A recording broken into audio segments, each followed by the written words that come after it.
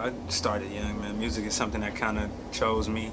I was always kind of moving to music and dancing to it, so I think my mom just tackled that early and kept me focused, just kept me grounded in that field, and along with my father and the rest of my family as well. So went to art school, you know, for high school for it, and studied music, and from there performing in Oakland all the time, and Yancey Richardson, you know, hit my phone and flew me out to Atlanta. Raphael flew us out to LA, 7 days a week after next, 2 a.m. you know. So I think the biggest lesson I learned from him is to never love myself and always stay in love with the music. You know, it has to be a certain passion that you never lose, and the moment you lose it, you shouldn't do music anymore.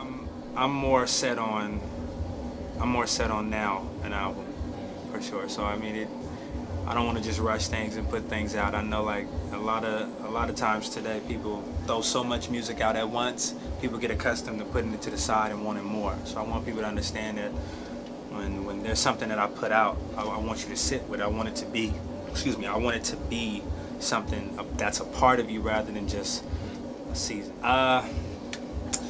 For me, man, I'm very into my emotions. I'm very into who I am as a person and what I feel, and I'm not afraid to feel however I feel, you know. So what got me effed up, it's so deeper than that.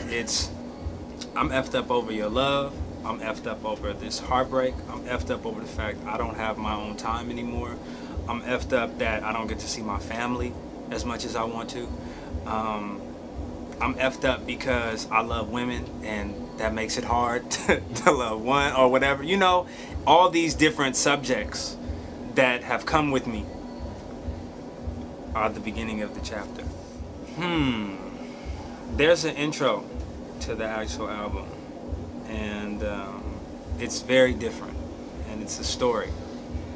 And I've always looked at my father as a chief, you know, as a head Cherokee, you know what I mean? Like, per se, you know, in those terms.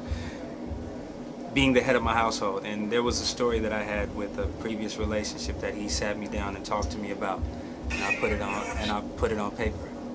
So I can't wait for that to be heard, because it is truly an opening chapter to not only the album, but my life.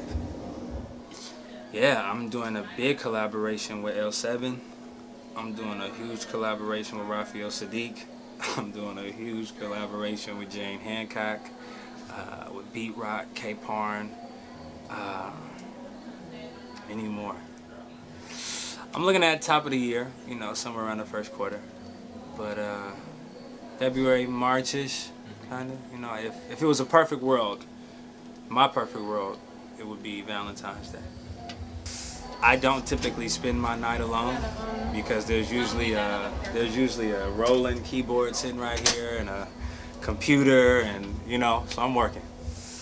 My favorite holiday song would have to be, it's random. Yeah, I don't even know if that's the name of it. Is it what's the name of the song? Chestnuts Roasting on Open Fire? What's the name of that song? What's the name of the song? Is that I'll Be Home for Christmas? It is the Christmas song.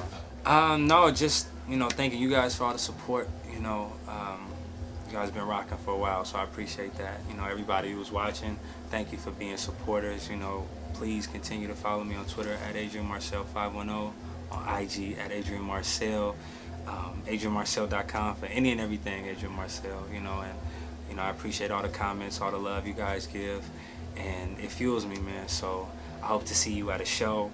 I hope to see you out at the airport or out at one of my favorite spots to eat at, wherever it is. Don't be afraid to come up to me and say that you appreciate the music or whatever it may be, or just say hi, just speak, you know.